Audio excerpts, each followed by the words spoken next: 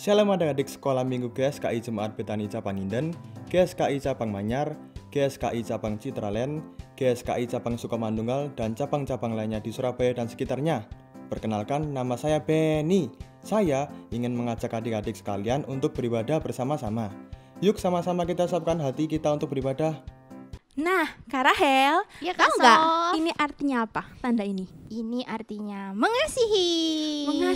Mengasihi siapa ya, Kak? Mengasihi Tuhan Yesus, Papa Tuhan Mama, Oh, teman-teman, dan semua orang, Kak. Oh, berarti banyak ya, Kak, arti kata ini ya, Kak ya? Banyak dong. Oh, nah adik-adik, kita harus mengasihi semua orang, termasuk terlebih lagi ya sama Tuhan Yesus ya. Ayo sama-sama kita bangkit berdiri, kita mau nyanyi bersama-sama dengan Kak Sofi dan Kak Rahel.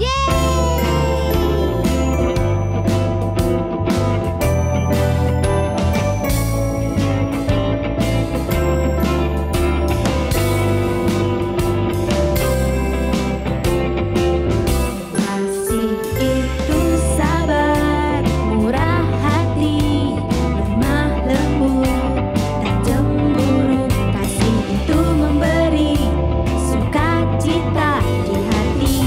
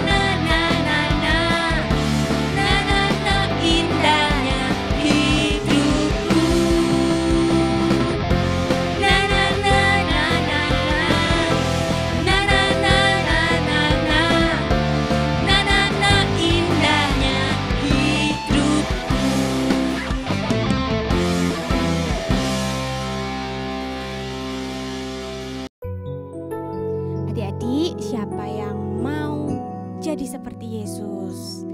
Kalau gitu, kita mau nyanyi sama-sama dengan hati yang sungguh-sungguh ya.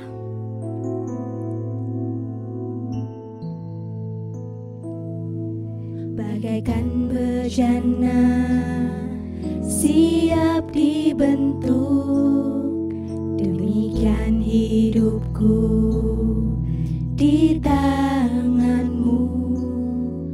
Dengan urapan kuasa rohmu, ku dibaharui selalu.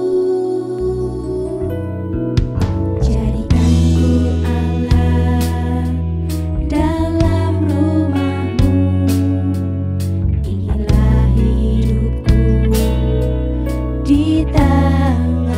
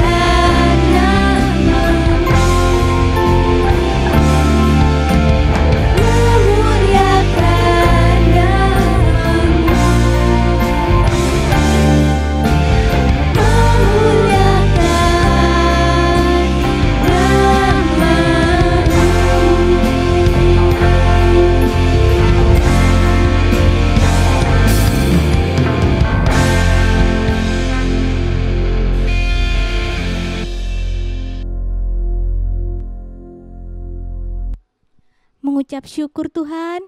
Untuk hari ini Tuhan, kami masih bisa beribadah Tuhan. Bila mana sebentar lagi Tuhan, kami akan mendengarkan kebenaran firman-Mu. Kami minta hati-Mu Tuhan berbicara Tuhan melalui kakak guru Tuhan. Terima kasih Tuhan, kami siap mendengarkan.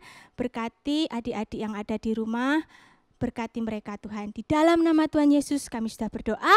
Amin. Amin. Permisi. Bobby, sini masuk. Aku baru selesai kerja PR. Wah, kebetulan sekali aku mau bertanya beberapa nomor nih. Bisa tolong nggak? Gak mau lah, aku kan sudah kerja PR. Masa harus ngajarin kamu lagi sih? Tadi aku di sekolah kurang memahami. Jadi, bantu aku memahami ya.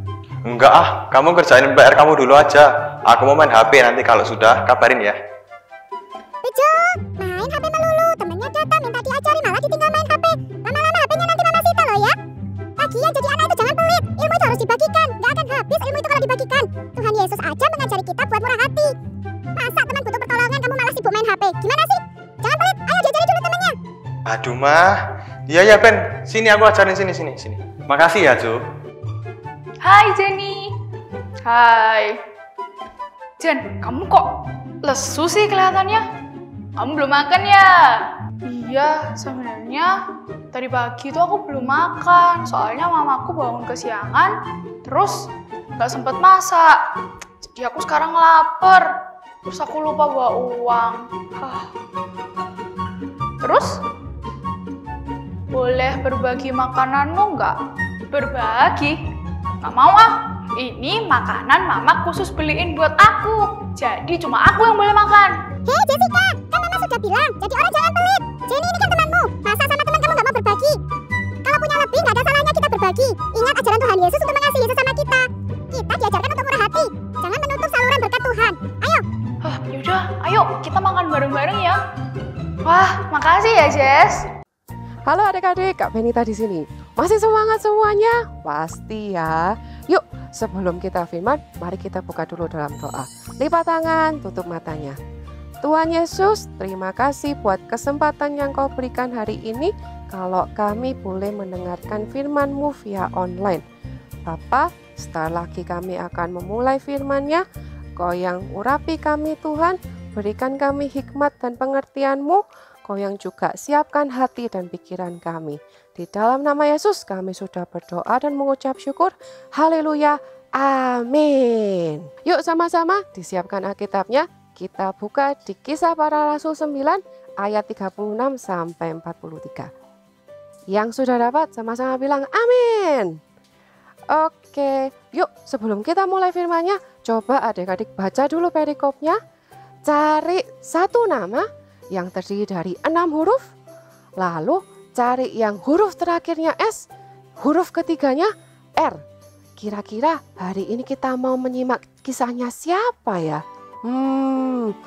Pasti sudah pada ketemu kan? Hari ini kita mau mendengarkan kisahnya Dorcas. Kira-kira Dorcas ini siapa ya? Apa yang bisa kita pelajari? Yuk langsung kita mulai. Di ayat 36 dituliskan Dorcas adalah seorang perempuan dari kota Yope. Ia ini mengikuti ajaran Tuhan Yesus. Nah, sama kayak McDonald's atau McD, Dorcas punya 2 nama. Nama yang satunya ia juga dikenal sebagai Tabita. Nah, Tabita merupakan kata dari bahasa Aram, sedangkan Dorcas merupakan kata dari bahasa Yunani. Artinya kalau diterjemahkan dalam bahasa Inggris, kedua kata tersebut berarti gazelle atau seekor binatang yang mirip seperti rusa. Nah, tapi menariknya ternyata kata ini punya arti yang lain adik-adik. Arti yang lainnya adalah cantik dan anggun. Nah, sesuai dengan namanya, Dorcas adalah perempuan yang cantik hatinya. Seperti yang tertulis di ayat 36, perempuan itu sering berbuat baik dan memberi sedekah. Wah, kira-kira yang kenal sama Dorcas sayang nggak ya sama dia? Wah, pasti sayang banget ya adik-adik. Nah, tiba-tiba ayat 37 berkata, kalau pada saat itu Dorcas sakit, lalu ia meninggal. Setelah meninggal, mayatnya ditaruh di ruang atas. Wah, ini pasti bukan berita yang menyenangkan ya. Pasti banyak yang sedih kan?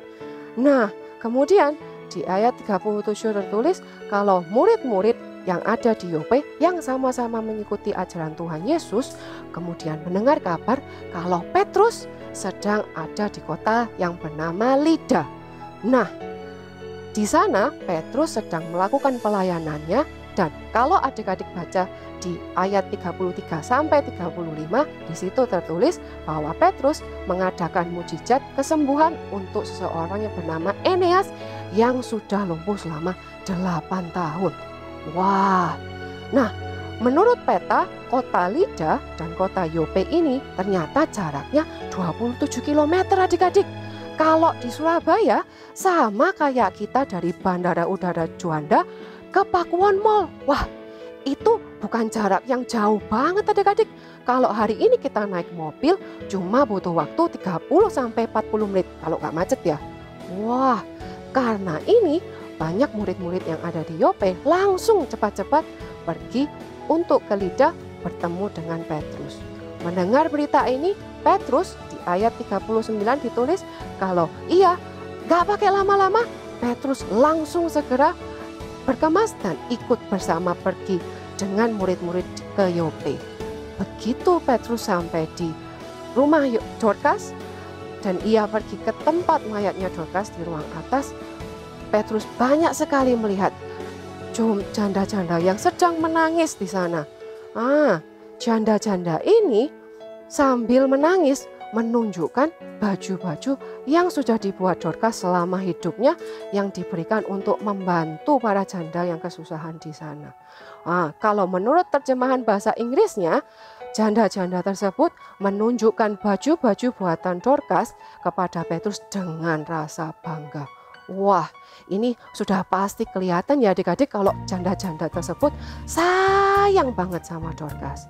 Lalu kemudian kita mencatat Petrus tiba-tiba menyuruh semua orang untuk meninggalkan ruangan tersebut. Lalu ia berlutut dan berdoa. Wah, kira-kira Petrus mau ngapain ya? Lalu dengan kuasa Tuhan Yesus, Petrus berkata, "Tabita, bangkitlah." Wah, adik-adik kira-kira apa yang terjadi yang selanjutnya?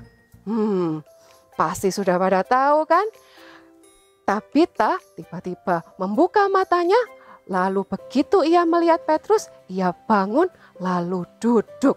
Kemudian Alkitab mencatat Petrus membawa Tabita keluar dan menunjukkan Tabita kepada para janda-janda yang ada di sana bahwa ia sekarang hidup.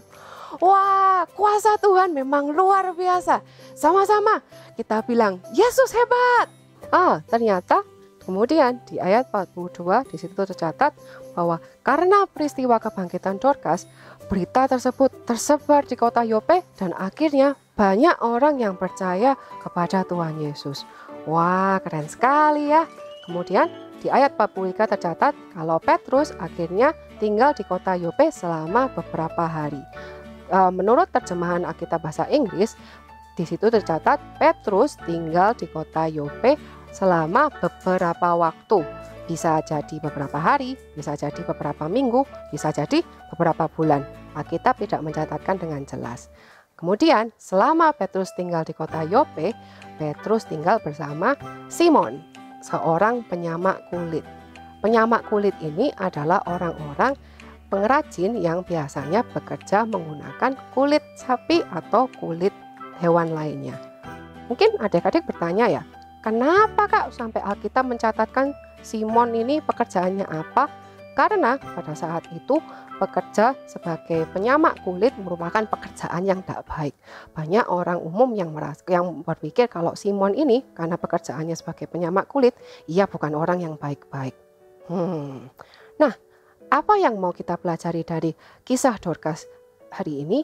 Kita mau belajar kemurahan hati Dorcas. Dorcas adalah seorang perempuan yang mengikuti ajaran Tuhan Yesus dan ia juga melakukan apa yang Tuhan Yesus perintahkan, yaitu memberikan kasih dan murah hati. Kita sebagai murid-murid Tuhan Yesus juga kita harus berbuat yang sama seperti Dorcas adik-adik. Kita harus bermurah hati dan berbagi sedekah. Mungkin adik-adik hari ini ada yang bertanya, "Loh Kak, kan aku nggak punya uang, terus gimana caranya bermurah hati?" Jangan khawatir adik-adik. Seperti yang tercatat kisah Dorcas tadi, Dorcas selain memberi sedekah, ia juga banyak sekali membuat pakaian untuk para janda.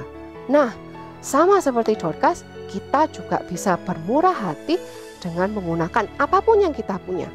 Kita bisa pakai waktu kita, tenaga kita, bakat kita, semuanya kita bisa pakai untuk berbagi kasih. Nah, banyak orang yang senang sekali kita bantu walaupun kita nggak pakai uang loh adik-adik. Contohnya apa Kak? Contohnya orang tua kita. Dengan kita membantu cuci piring atau kita bantu beres-beres di rumah, orang tua walaupun kita tidak mengeluarkan uang sepeser pun, mereka pasti sangat senang dengan bantuan kita.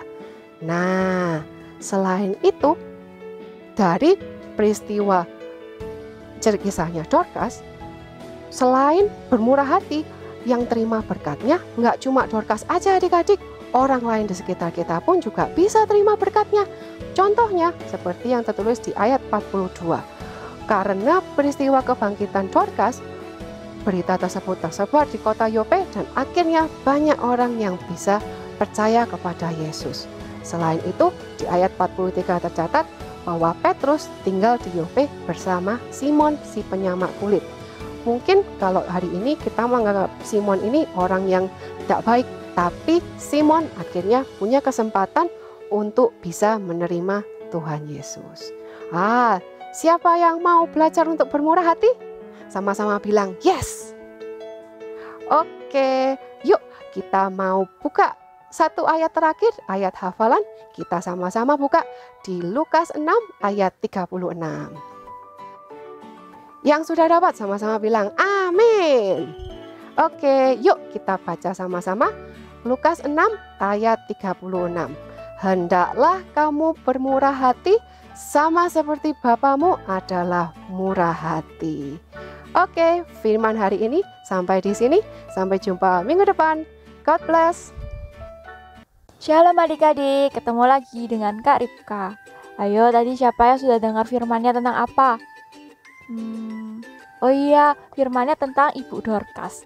Nah, oleh sebab itu, hari ini kita akan membuat gantungan yang berbentuk baju. Yuk kita langsung buat. Nah, adik-adik, alat dan bahan yang kita butuhkan ada kain flanel, ada dakron, ada benang, lalu ada benang untuk menjahit, ada jarum, ada pensil, ada gunting, dan ada kertas untuk polanya. Yuk sekarang kita mulai buatnya. Nah adik-adik, pertama-tama kita akan membuat polanya. Kita ambil kertas yang adik-adik punya, warna apa aja terserah. Lalu adik-adik gambar pola baju seperti ini. Kemudian adik-adik bisa potong sesuai dengan polanya. Nah kalau adik-adik udah dapat seperti ini, kita ambil kain flanel. Lalu kita akan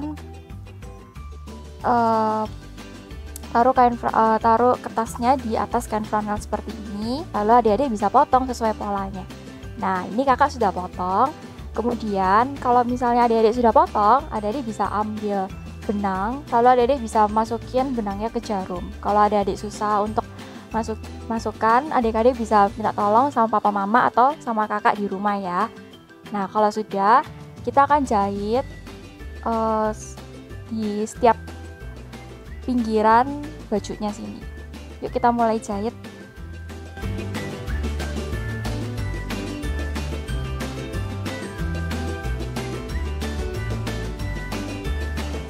Nah adik-adik, kalau misalnya sudah jahit sampai ujung sebelah sini, adik-adik bisa masukkan dakronnya ke dalam bajunya supaya bajunya bisa kembung seperti ini ya.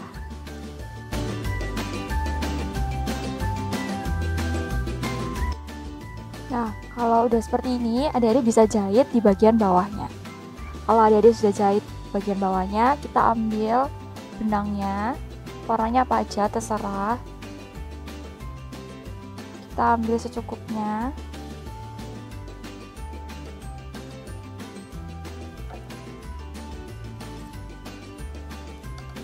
Lalu kita ikat mati di sini.